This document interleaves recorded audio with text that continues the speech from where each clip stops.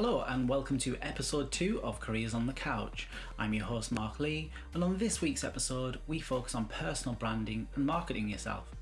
Today's episode features stand-up marketing, Nigel Bakshi recruitment, our student advocates who take you through social media do's and don'ts. We then discuss LinkedIn and finally show you some of the CV and covering letter tools that are available to you.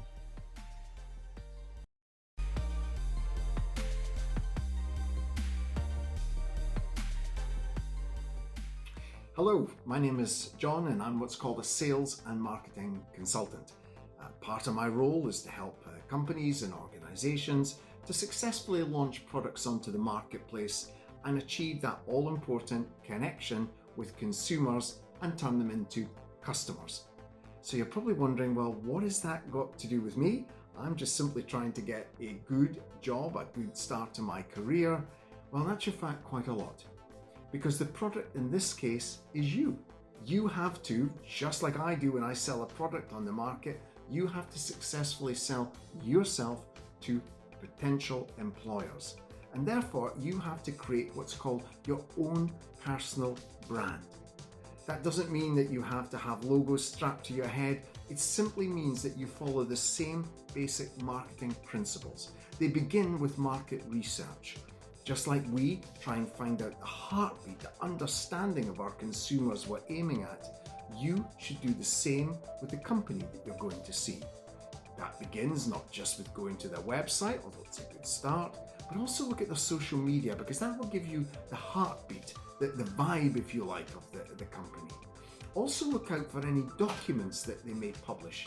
It could be an annual report or a vision statement, because by reading those, you can sometimes pull out those one or two little gems and use them in the interview to give you a spike, something that the interviewer thinks that's a bit different and helps you make that connection. Not only should you do market research, but you should never forget that the company is making, just like consumers do, an investment in you, and they have choice. So in marketing, we speak about a USP, a unique selling proposition. But the key thing is, it's the value that comes from that proposition that really counts. You should do the same. What is it about you, or your interests, or your specialties that would give added value to the role? Please get that clear in your mind before you go into the interview, because once again, that's the type of thing that can persuade the interviewer to connect with you, and the investment would be a good one. Finally, please put yourself in the position of your target audience. That's what we do. We look at things through their eyes, not through our eyes. Imagine what they're going to ask you, work out the answers in advance, and when you go in there, be super prepared, and you will definitely boost your chances of making that all-important connection and securing the job you want. I wish you the very best. Thank you.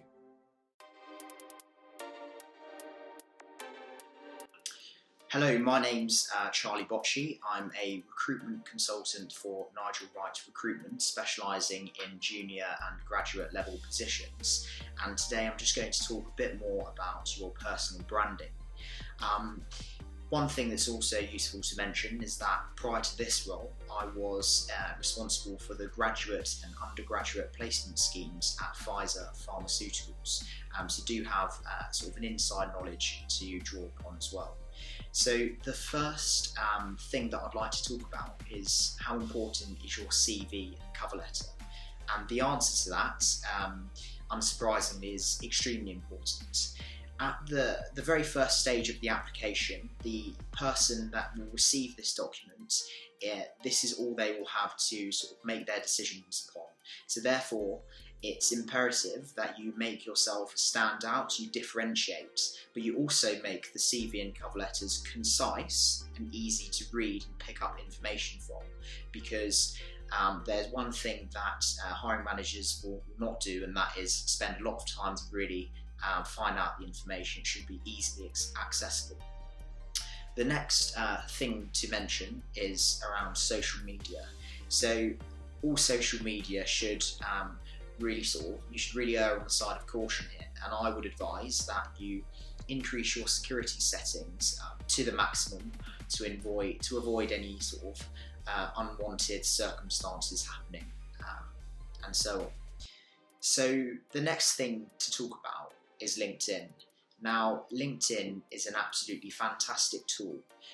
On here, you can display all of your academic achievements to date, but you can also utilise it as a networking tool. You can connect with people in the industries that you want to move into.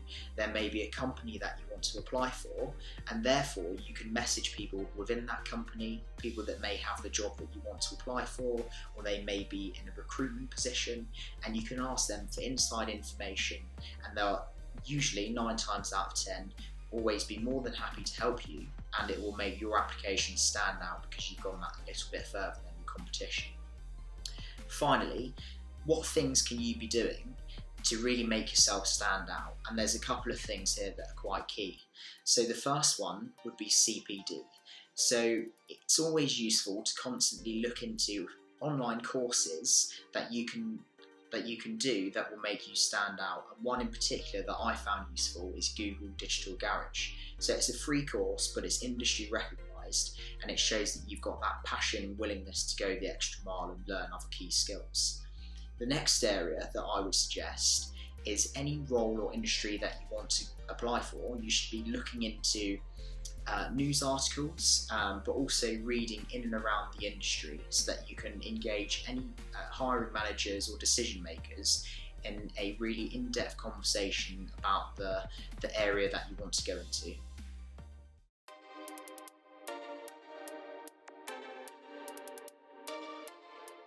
Do make any social media accounts private if they're personal.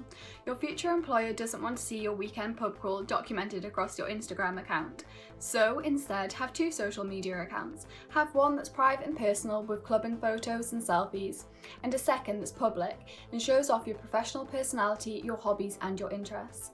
Remember that once something is posted to the internet, it's there forever, so future employers may find it. Tip number 2. Do always think about your potential employer's professional reputation.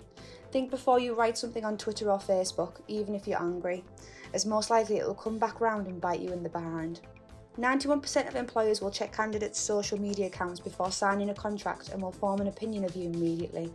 If they don't like what they see, you run the risk of having the job offer withdrawn.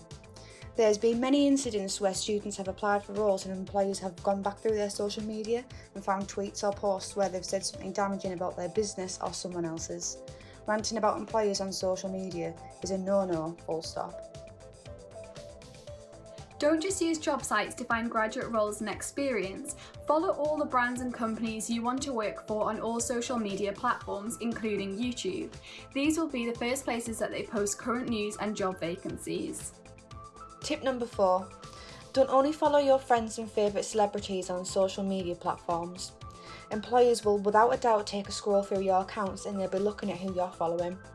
They'll find it far more interesting to see that you follow accounts that inspire and motivate you, as well as individuals from your fields of interest. So say you're thinking of going into fashion, make sure you're following relevant accounts in the industry, whether that be business or fashion or vitamins. Make your digital footprint work for you.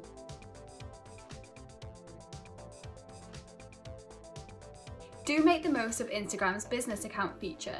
Whether you're setting up your own business or running a blog alongside your studies, then create an account and set it up as a business profile. These profiles offer access to analytics, ad targeting, contact buttons, and allow you to promote your posts to drive traffic to your blog or your brand.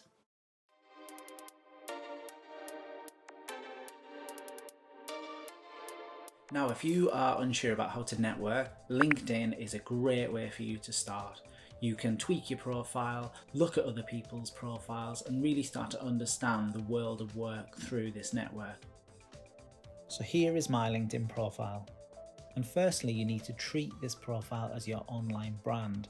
This includes using effective wording and imagery. And by adding sections with the Add Profile section button here, you can give a full representation of your skills and personal qualities. Start with a catchy header that says exactly what you're looking to showcase. You could even state the specific type of work you are looking for here. Secondly, the About and Features sections of LinkedIn are vital too. Make sure there is effective, to the point detail with no mistakes. Use job profiles, your CV and advice to populate these sections. Whenever you comment on LinkedIn, it will appear in your activity stream. You want to look as if you are engaged with the platform, so post regularly. The experience section is your work history. Give comprehensive information here if you can, including any part-time work or placements you've had. And, if possible, fully flesh out your experiences with websites or media to bring it to life. The next section is your education section, and here you must include your current studies with detail too. Put your modules here and any additional workloads, such as projects. As we enter the skills and endorsement section, it's important that you add relevant skills. You can take a quiz and LinkedIn will suggest some for you. Add skills to your profile and look at other profiles for inspiration. You can also ask for recommendations and give them as well. The last section is about your accomplishments. You can add honours and awards, projects and publications. It's important that you add them here. At the bottom of LinkedIn sits all of the interests. This includes groups, companies and schools. You can browse anybody's interests as well as your own to see which groups and companies that you are looking at. So thanks for watching my LinkedIn segment. If you need any support with LinkedIn, I recommend having a talk with the career service who can help you at any point, and their details are on the screen as below. Thanks a lot.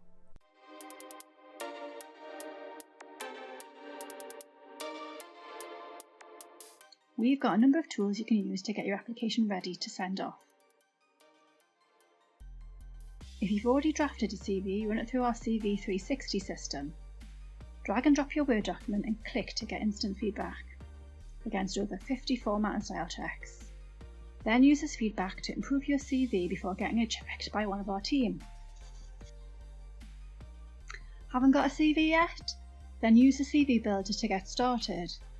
The CV Builder takes you step by step through the sections needed with advice on what to include. You can then download your CV and tailor it to the specific employer you're applying to. Finally, use the Cover Letter Builder to draft your cover letter to stand out from the crowd. Work through the sections and get hints and tips about what to write. Then print it out and save to send off.